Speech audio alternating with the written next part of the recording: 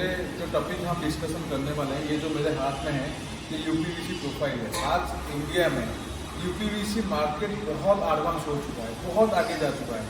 But इसकी पीछे का जो हिस्ट्री है, ये कहाँ से आया है यूपीवीसी और इंडिया में कैसे एंट्री हुआ, कब एंट्री हुआ, तो हमने सोचा कि छोटी सी इन्फॉर्मेशन दिया जाए जो हमारे पास है। हम सोचे कि सबके पास पहुँचा जाए।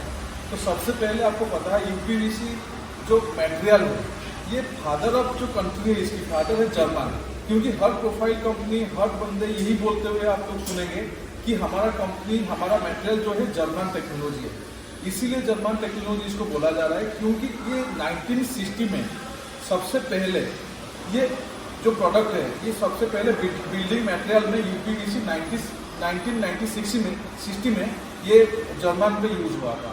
तो इसीलिए वो जो मेन जो टेक्नोलॉजी है, इसकी जो बेस्ट टेक्नोलॉजी है ना, वो जर्मन से है। उसके बाद 1960 के बाद टू 1980 फिर जो यूरोपियन यूनियन है, जैसे कि फ्रांस हो गया, इटली हो गया, स्पेन हो गया, तो फिर वहाँ पे एक्सपांड हुआ। क्योंकि जो और यूके भी हो गया, क्योंकि आपको पता है जर्मन, यूके ये सब यूरोपियन यूनियन है। तो ये पहले नेबर कंट्री में ये एक्सपांशन हुआ।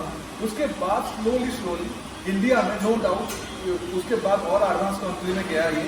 उसके बाद इंडिया में 2000 में या 2002 में आया, जो कि हम जानते हैं कि ये जो इंडिया में एक ब्रांड है फेनेस्टा करके, वो सबसे पहले इस इंडस्ट्री को पहचाना, इसका अपॉर्चुनिटी और उसकी जो पोटेंशियल है, सबसे पहले वही कंपनी ने इंडिया में इसको लॉन्च किया। मेरे नॉलेज के हिसाब से कि जितने मैं जानता हूँ कि फेनेस्टा ही पहले इंडिया में यूपीवीसी को लेके आया। आई थिंक 2002 से यूपीवीसी का मार्केट इंडिया में शुरू हुआ है। और अभी का जो मार्केट है, ये यूपीवीसी का मार्केट बहुत ही रैपिडली ग्रो हो रहा है मार्केट। क्योंकि जो बहुत स्मार्ट सिटी है या फिर जो मेट्रो सिटीज़ है, यहाँ पे ऑलरेडी एक लार्ज स्केल में काम हो रहा है। जो टियर 1, जो टियर 2 या टियर 3 सिटी में है, वहाँ पे अभी बहुत अच्छे अपॉर्चुनिटीज़ है।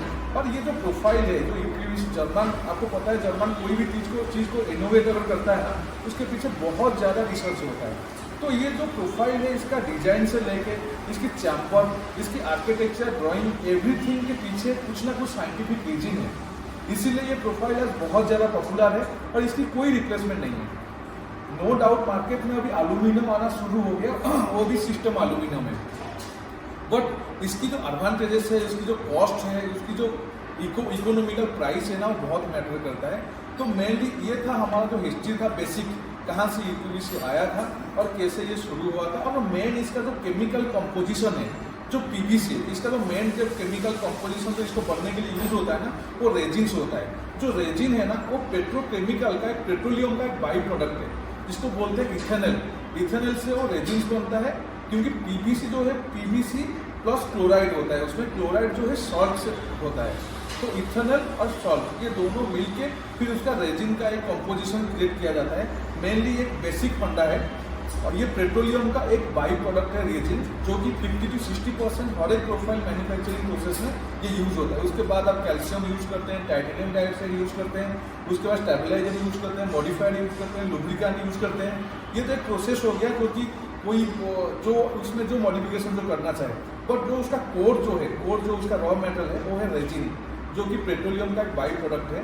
वो रेजिन इथेनॉल से ही मैन्युफैक्चरिंग होता है। उसका जो सोर्स ऑफ है वो इथेनॉल है। तो इसलिए उसका जो मेन रिसर्च किया गया था, वो जर्मन में किया गया था।